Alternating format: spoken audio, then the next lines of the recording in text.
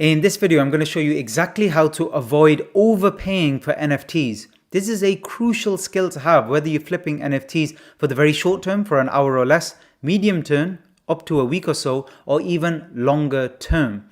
And you need to know this because, in my opinion, the exact profit you will make doesn't really depend on the selling price. In my opinion, what's more important over a longer number of time and purchases is actually the purchase price. If you get a very, very good purchase price at either the floor value or average value, average market price, or you underpay, you're going to make a lot more money. And if you do this regularly in your account, you're not going to have any issues.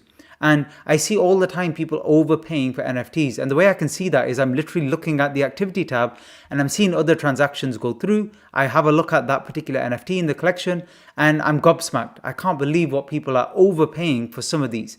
And the only way then they're going to get out of it without making a massive loss is to get lucky, to be honest with you, that the collection goes up in price in the next few days and they might be able to get out of their position. You don't want that to happen to you. Doesn't matter if it's a collection where the floor price is 10 ether or it's 0.001 ether. It's the same strategy that you need to use here.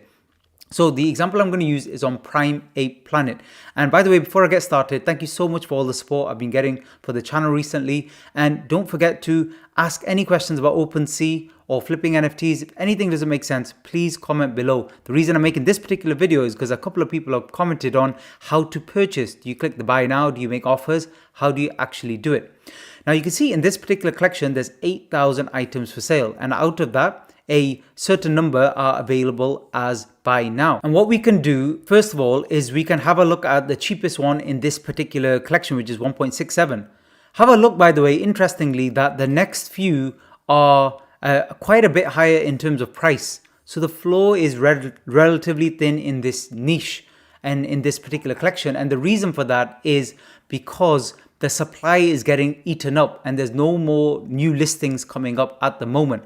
And there's actually a separate strategy I use for this when it comes to flipping NFTs post reveal, but I'll discuss that in a separate video because I'm still involved in Prime Ape, but it's a different strategy I'm using 2 days post reveal. So let's say we click on one of these. There are a few things I want to check when I'm looking at a particular listing. How do you know if 1.67 is a good price and if that's what you should be paying in this particular collection? A lot of you will be asking this, especially if you're brand new. Or how do you know whether it's better to go for, you can see I've got rough rankings below. Why not go for one of the rarer ones? So let me see if I can find one a little bit further down.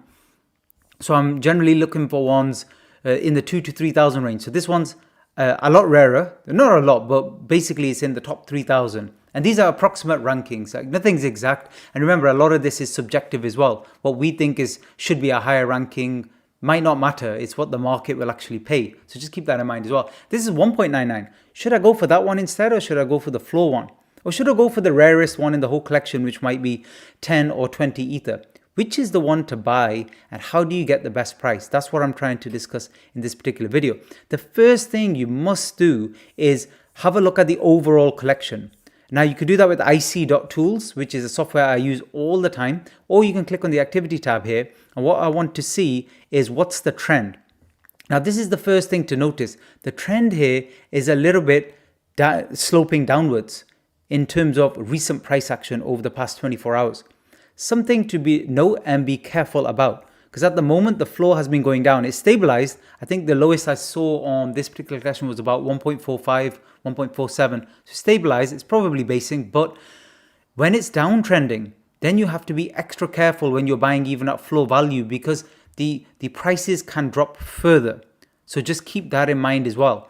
And then the other thing you need to do, so that's one thing. What's the trend at the moment? What's the floor? The floor is everything in any collection. That's one thing I've realized over many, many NFT trades. That's the most important thing. It doesn't matter how much the rares are selling for because most of the action is done on or around the floor. So you need to be aware of that. The next thing, when I'm scrolling through and deciding should I get a rare or should I get one at floor price, is I want to have a rough idea of right now at this moment, not yesterday, not the day before, not tomorrow. Right now, what are different ranked ones selling for roughly? So The ones 2000 and below, are they selling for around 2.5, 3? And just be careful again, there are some rarities that are considered much more valuable than others. So you can't just go with the numbers, but we do need to scan quickly, because the way I'm going to show you in this video is how you can get the price, get a great price, but you have to be quick, because the thing is, because people like me, and I imagine many others who are a bit more experienced when it comes to flipping NFTs, they'll be watching the listings all of the time. So these new listings, and we will not wait more than a minute or two to make a purchasing decision. Even if it's a $20,000, $30,000 decision, we'll make it quickly, because we will know that a particular NFT is underpriced because we've done our research. So you need to research on the collection first, and at that particular time, recent history, what is stuff selling for? Next thing, just double check, is there a lot of sales in the last hour? Or has there been like one sale in the last day?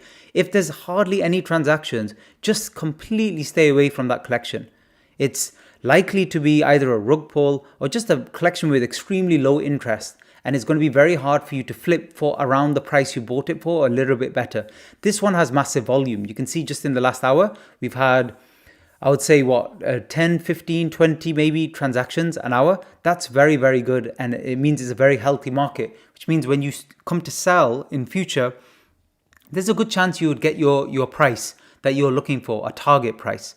And that takes me on to my next point. So once we've identified what the kind of price ranges are, let's say, for argument's sake, we prefer one that's a little bit rarer. So about 2000 or above in terms of rarity. Then what I want to do is I want to scan new listings, ideally, because usually the problem is on the items tab.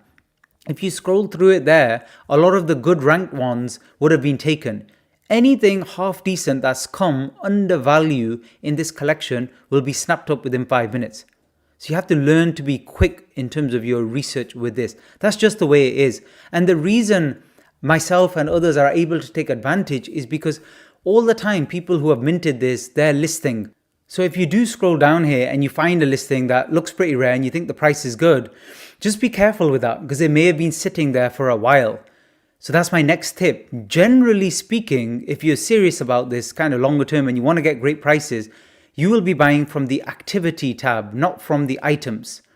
Unless obviously it's something that you're buying for floor price, but even then I would go on the activity tab, because the thing you're taking advantage of is people don't know how to price their NFTs properly. So possibly somebody who's just had their reveal and they're now looking to list their NFT and make some money on it, or even make a small loss on it, they will have to guess what their right price is for their ranking, and they might not have the ranking software.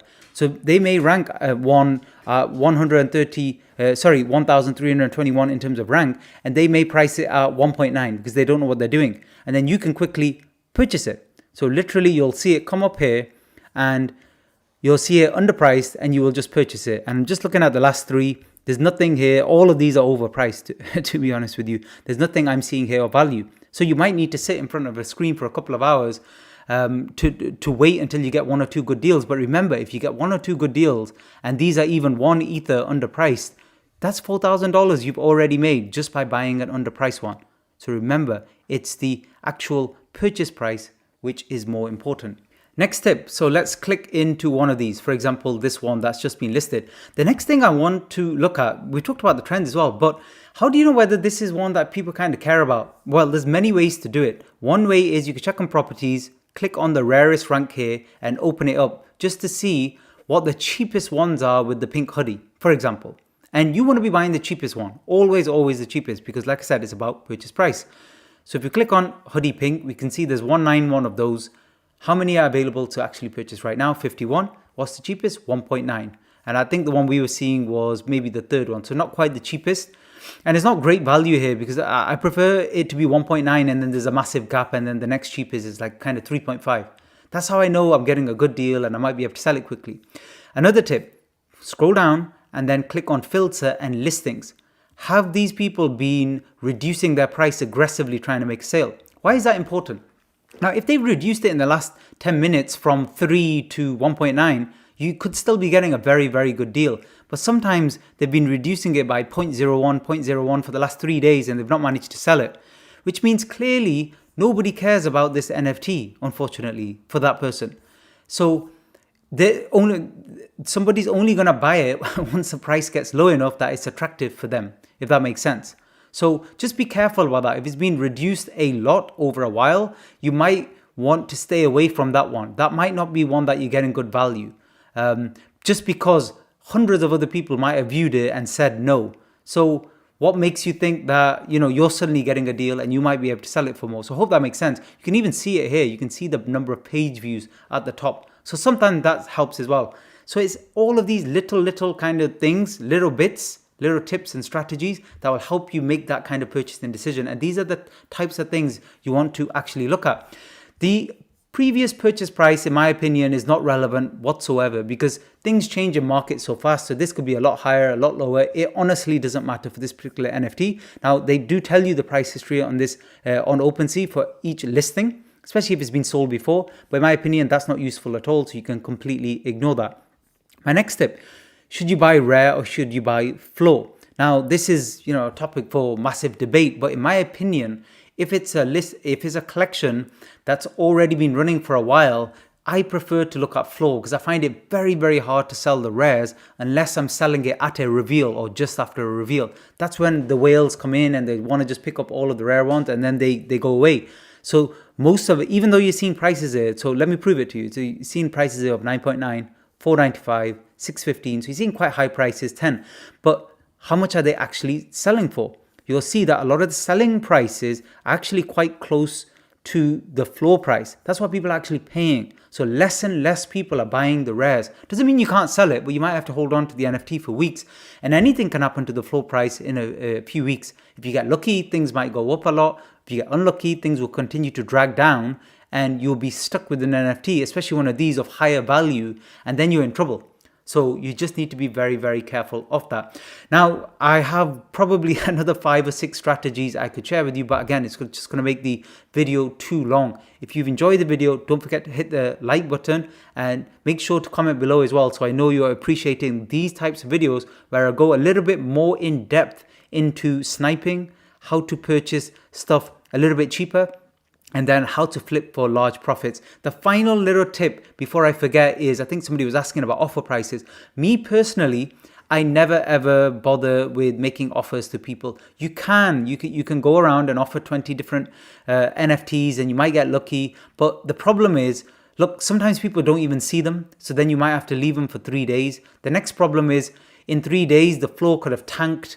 And then somebody might take up on your very generous offer, which is probably a lot higher than they were expecting anyway to actually sell that. So then you're stuck with a losing listing, so to speak.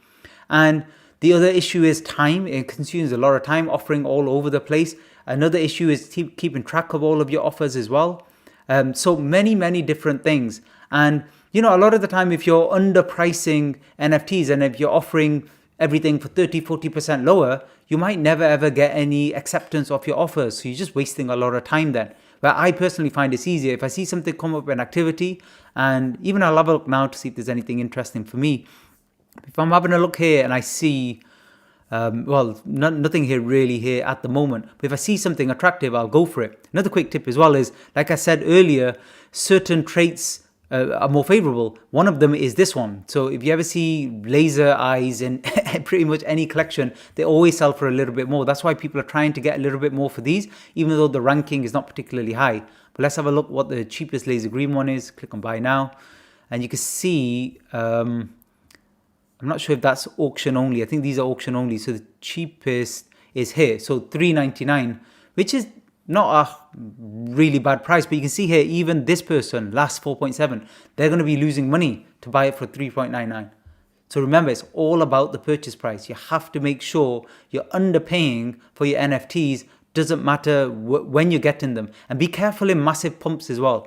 If a collection like this is ramping up really hard, you're likely going to be overpaying regardless. And if things take a pullback, you could be in trouble as well. So don't forget, be very careful when you're purchasing NFTs for the right price. Thanks very much for listening.